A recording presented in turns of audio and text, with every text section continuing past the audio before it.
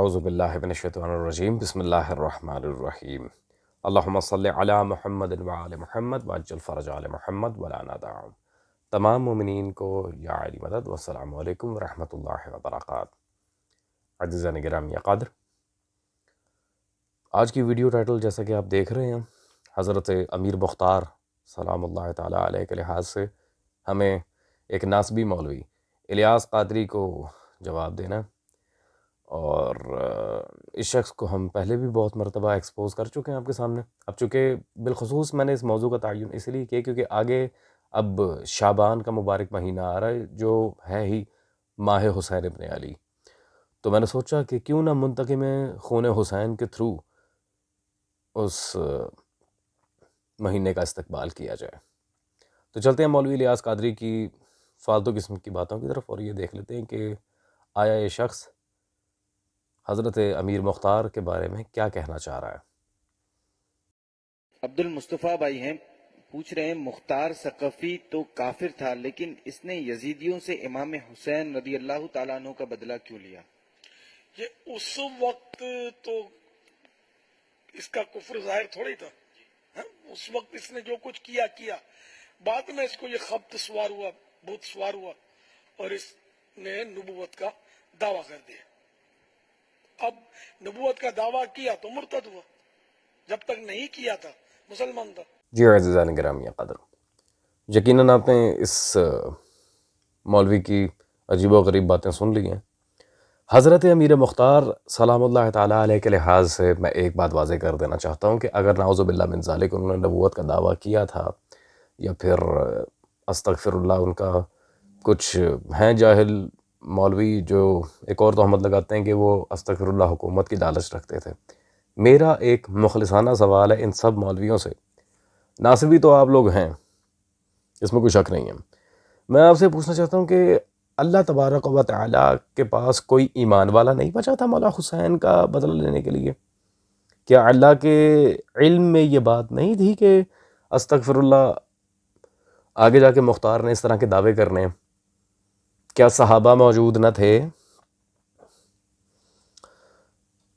میں ان سے یہ پوچھنا چاہ رہا ہوں کہ اگر مختار ثقفی سلام اللہ تعالیٰ علیہ نے بدلہ خود حسین لینا تھا اور اس کے بعد انہوں نے معاذ اللہ یہ غلط دعویٰ کرنا تھا، تو جو اہل ایمان تھے جو مرتے دم تک بقول آپ کے، وہ ہمیں پتہ کتنے کے ایمان پہ رہے ہیں، بہرحال آپ کے بقول اگر وہ ایمان پہ رہے ہیں مرتے دم تک، تو وہ خون حسین کا بدلہ لینے کے لیے کیوں میدان میں نہیں اترے؟ وہ کہاں گئے تھے؟ چھٹی پہ؟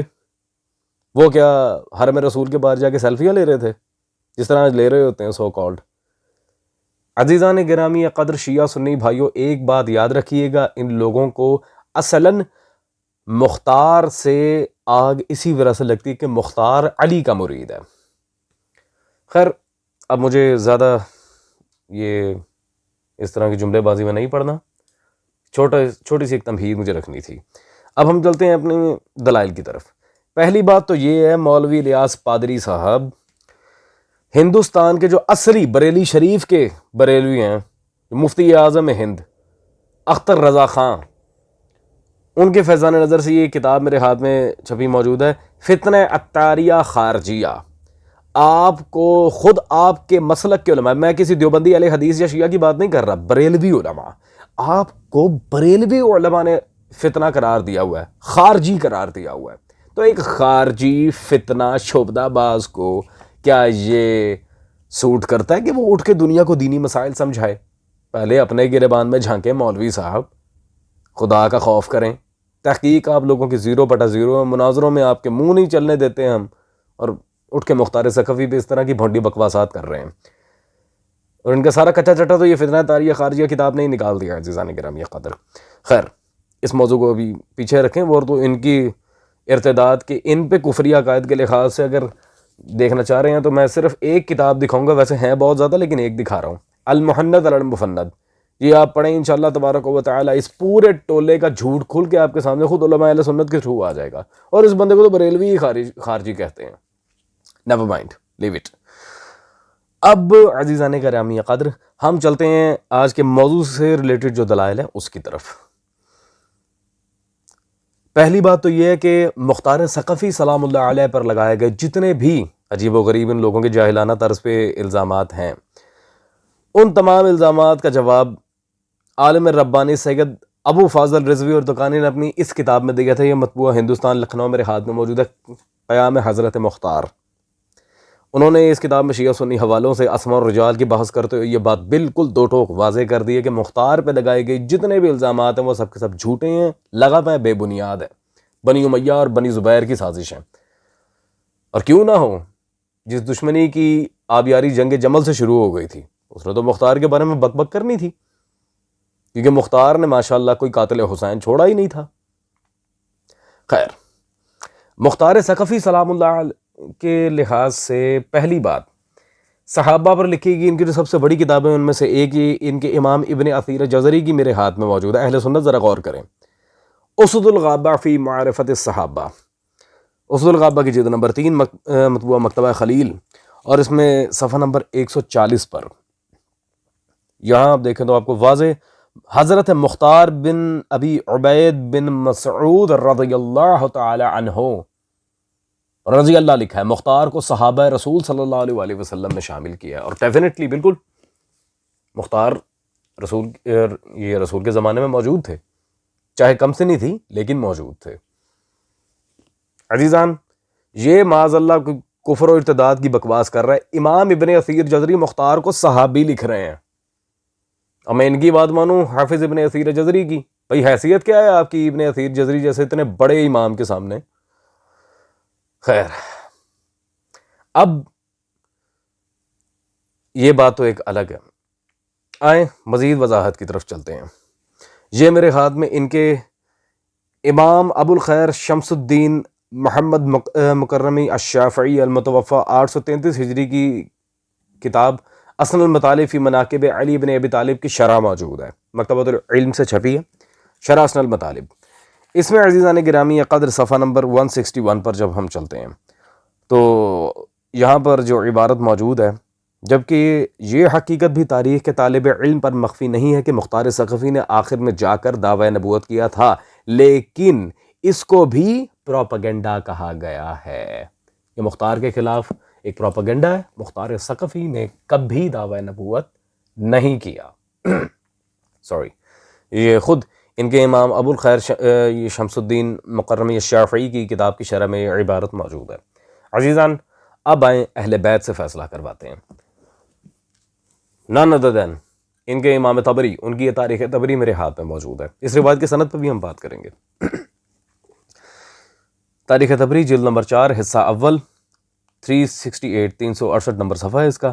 یہاں عبد الرحمن ابن شریح مصری، وہ مختار ثقفی کی حمایت میں جنہوں نے تقریر کی تھی، کہتے ہیں عبد الرحمن ابن شریح کھڑے ہو کر تقریر کی، حمد و ثنا کے بعد کہا کہ اے جماعت شیعہ، ہم نے اپنے لیے خاص کر اور آپ سب کے لیے عامتاً اس بات کو مناسب خیال کیا کہ اس معاملے میں مشورہ کر لیں. اس وجہ سے ہم محمد ابن علی یعنی کہ حضرت مہدی ابن علی یعنی کہ حضرت محمد ابن حنفیہ ابن امیر المومنین مولا علی کے بیٹے کے پاس گئے. ہم نے ان سے اپنی جنگ کے برحق ہونے اور مختار کی دعوت کی صداقت دریافت کی. انہوں نے ہمیں حکم دیا کہ ہم خود مختار کی دعوت کو قبول کریں اور اس کی پوری طرح امداد و پشت پناہی کریں. اللہ اکبر. عزیزان، یہاں تو بات ہی واضح ہو گئی. مختار اگر معاذ اللہ غلط عقیدے رکھتا تھا، غلط ارادے رکھتا تھا، تو یہ اہل بیت اس کا سپورٹ کیوں کر رہے ہیں؟ علی کی اولاد اسے کیوں سپورٹ کر رہی ہے؟ اور عبد الرحمن ابن شریح کے لحاظ سے میں ایک بات واضح کر دوں کہ یہ کون ہے.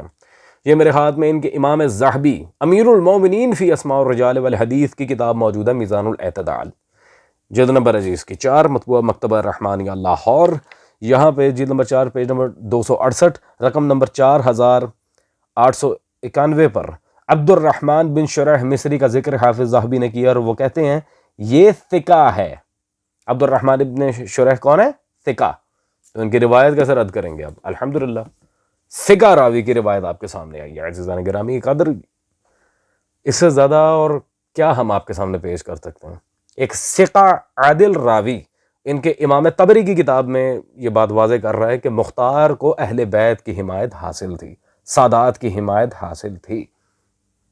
مولوی صاحب آپ کی مانیں، آپ کے امام جزری شافعی کی مانیں، آپ کے امام ابن اثیر کی مانیں، آپ کے امام ذہبی کی مانیں، آپ کے امام طبری کی مانیں، ہم آپ کی مانیں یا آپ کے ائمہ کی مانیں؟ خیر، اس کے علاوہ عزیزان ویسے تو شیعہ سنی کتابوں سے مختار پر بہت زیادہ میٹر ہے میرے پاس، لیکن جلدی وائنڈ اپ کرنا چاہ رہا ہوں۔ یہ مکتبہ نوریہ رضویہ سے چھپی میرے ہاتھ میں موجود ہے، اہل سنت عالم ساجدہ سید افتخار الحسن صاحب کی خاک کربلا۔ خاک کربلا میں عزیزان انہوں نے پیج نمبر 344 پہ جو جملہ مختار کے بارے میں کہا ہے، خدا کی قسم سونے سے لکھنے کے قابل ہے۔ کہتے ہیں مختار قہر الہی کی صورت میں نمودار ہو چکا ہے، اور اس کے اشاروں پر ناچنے والے عمرو بن سعد اور خولی اپنے ظلم کی سزا پا چکے ہیں۔ اللہ اکبر، مختار اللہ کا قہر، اللہ کا جلال۔ عزیزان اس اہل سنت عالم نے تو بات ہی ختم کر دی کہ مختار پہ شک کرنا گویا اللہ کے قہر پہ شک کرنا ہے۔ استغفر اللہ، یہ مولوی خود کافر ہو گیا کہ نہیں؟ مجھے آپ لوگوں سے اس کی سرٹیفیکیشن چاہیے۔ رہ گیا نبوت کا دعویٰ، ارتداد۔ اپنے گھر کی خبر لوگے یا میں دوں؟ میں ہی دیتا ہوں۔ یہ عزیزان گرامی قدر میرے ہاتھ میں وہ کتاب ہے جس کے بارے میں یہ لوگ دعویٰ کرتے ہیں کہ معاذ اللہ یہ کتاب رسول اللہ صلی اللہ علیہ وسلم کی بارگاہ میں شرف قبول پا چکی تھی۔ استغفر اللہ۔ 7 سنابل شریف، یہ ان کی میر عبد الواحد بالگرامی صاحب کی۔ احمد رضا بریلوی نے بھی اس کتاب کی بہت تعریفیں کی ہیں فتاوی رضویہ اور فتاوی افریقہ وغیرہ میں۔ صفحہ نمبر 278، یہاں پر عبارت جو موجود ہے لکھتے ہیں حضرت مخدوم شیخ یوسف چشتی کی خدمت میں حاضر تھا کہ ایک شخص بیعت کے ارادے سے آیا، خواجہ کے قدموں پر اپنا سر رکھا اور عرض کیا کہ بیعت کے لیے حاضر ہوا ہوں۔ خواجہ پر کیفیت طاری تھی، چرس پی کے بیٹھے تھے۔ فرمایا کہ اگر تم کہو کہ لا الہ الا اللہ استغفر اللہ چشتی رسول اللہ تو میں تمہیں مرید کر لوں۔ استغفر اللہ، یہ بات تو مرزا غلام احمد قادیانی دجال نے کبھی نہیں کی کہ اپنے نام کا کلمہ پڑھوا دیا ہو، لیکن ان کے بابے ماشاءاللہ اوپر سے سبحان اللہ۔ عزیزان گرامی قادر، میں کہتا ہوں مختار پہ بعد میں بات کرنا، یہ چشتی رسول اللہ کہاں لے کے آئے دین میں؟ لا نبی بعدی کی حدیث بھول گئے، خاتم النبیین کی آیت بھول گئے، یہ کیا ہے؟ دعوی نبوت تمہارے بابوں نے کیا ہے، مختار ثقفی نے نہیں کیا۔ عزیزان یہ بندہ تو ویسے ہی خارجی ہے، خیر چھوڑیں۔ مجھے مقصود تھا اہل سنت تک پیغام پہنچانا، تاکہ ان کو ایٹ لیسٹ پتہ چلے کہ اللہ کبھی بھی ایسے لوگوں سے اپنی خدمات انجام نہیں لیتا جن کے آگے جا کے ارادے فاسد ہوں۔ مختار ثقفی ہر جھوٹ سے مبرہ و منزہ تھے، ہیں، قیامت تک رہیں گے۔ وہ نہ صرف شیعوں کے، پورے عالم اسلام میں جو لوگ بیٹھے ہیں سب کے سر کے تاج ہیں۔ اسی کے ساتھ عزیزان خاص کر اہل سنت برادران مجھے اجازت دیں، انشاءاللہ we'll meet you in the next video. Till then take care, peace out، اللہ حافظ۔